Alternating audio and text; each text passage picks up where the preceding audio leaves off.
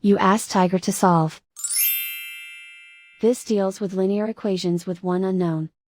The final result is m equals 5/2. Let's solve it step by step.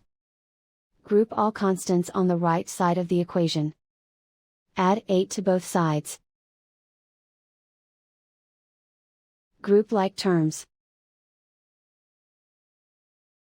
Simplify the arithmetic.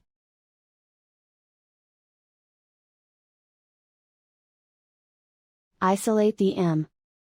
Divide both sides by 4. Simplify the fraction. Find the greatest common factor of the numerator and denominator. Factor out and cancel the greatest common factor.